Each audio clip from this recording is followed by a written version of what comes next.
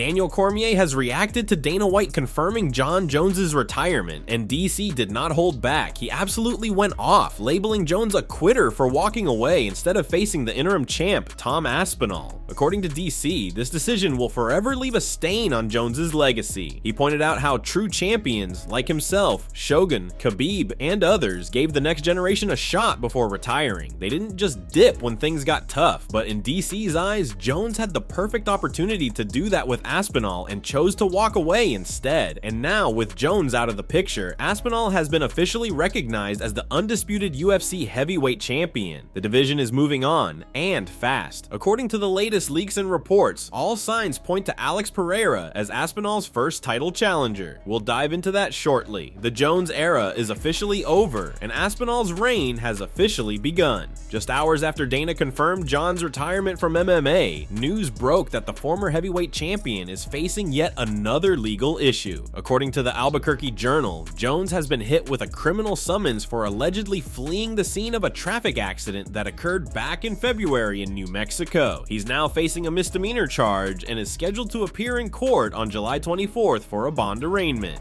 You know, every great champion, from Muhammad Ali to George St. Pierre to Chuck Liddell to myself, they've all left the ladder down. Very few people don't. Very few people leave without opening the door for that next guy to get a chance. Khabib did it. He fought Justin Gaethje. He fought Dustin Poirier after McGregor, his biggest pay-per-view and biggest payday of all time. He dropped the ladder to the next guy and said, on the way out, I will give another guy a chance to see if he can supplant me. If he doesn't do it, I'm done. It happened. Khabib did it. Demetrius Johnson did it with Henry Cejudo. You give the guy a chance. In wrestling, in basketball, the people that matter to him are judging him, and it didn't matter. All those hiccups, he felt assured that he was doing the right thing, but he wasn't. He's supposed to fight. In a shocking leak straight from within the UFC itself, one of the biggest fights of the year may have just been revealed: Alex Pereira versus Tom Aspinall for the undisputed heavyweight title. This matchup, which fans across the world have been buzzing about, now appears to be more than just fantasy. Speculation had already been heating up ever since Pereira turned down a light heavyweight title rematch with Magomed Ankalaev, signaling he had his eyes set on something even bigger. And every time the topic came up, Aspinall was all smiles, openly welcoming the idea of a super fight with Pereira. Now, that speculation has exploded into something more concrete. Chael Sonnen, who's deeply connected to the UFC and has close ties to Dana White and matchmaker Mick Maynard, just dropped a bombshell. According to Chael, a source with direct knowledge of upcoming matchups, likely Mick Maynard himself, confirmed that Aspinall's first title defense will be against Alex Pereira.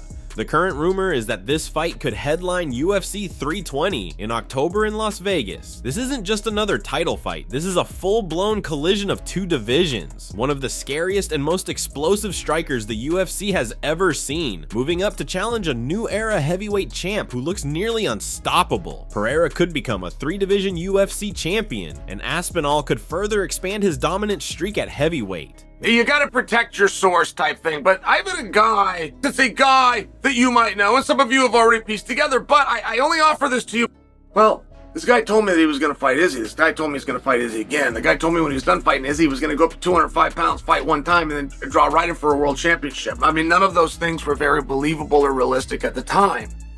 Every one of them happened, including only having to go to 205 for one. Man, this guy's an inside source.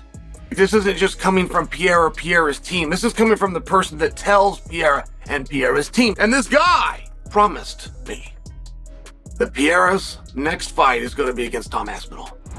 Michael Bisping explains why Justin Gaethje doesn't deserve the next title shot. He made it clear it's not about disrespect, but about reality. Bisping pointed out that Justin has already had 2 cracks at undisputed gold and got finished in both. And in a division as deep and brutal as lightweight and in the UFC overall, earning a title shot is already a tall order. But when you've fallen short twice before, it becomes even harder to justify another chance. That said, Justin isn't staying quiet either. In his latest interview, he said flat flat out. If he doesn't get the next title shot, he's retiring. Gaethje's coming off a strong win over Rafael Fiziev, proving he can still hang with the best. Depending on how Topuria versus Oliveira plays out next week, there's a real chance Gaethje could slide into that next spot. But let's be honest, if Charles wins, it's probably not happening. He's already choked Justin out, and there's not a lot of hype for a rematch. If El Matador wins though, that's a different story. Gaethje and Topuria would bring absolute chaos, two savages, pure violence, and a fight fans would line up to see. So while Bisping makes a solid point, Gaethje's fate might still come down to who walks out with the belt this summer.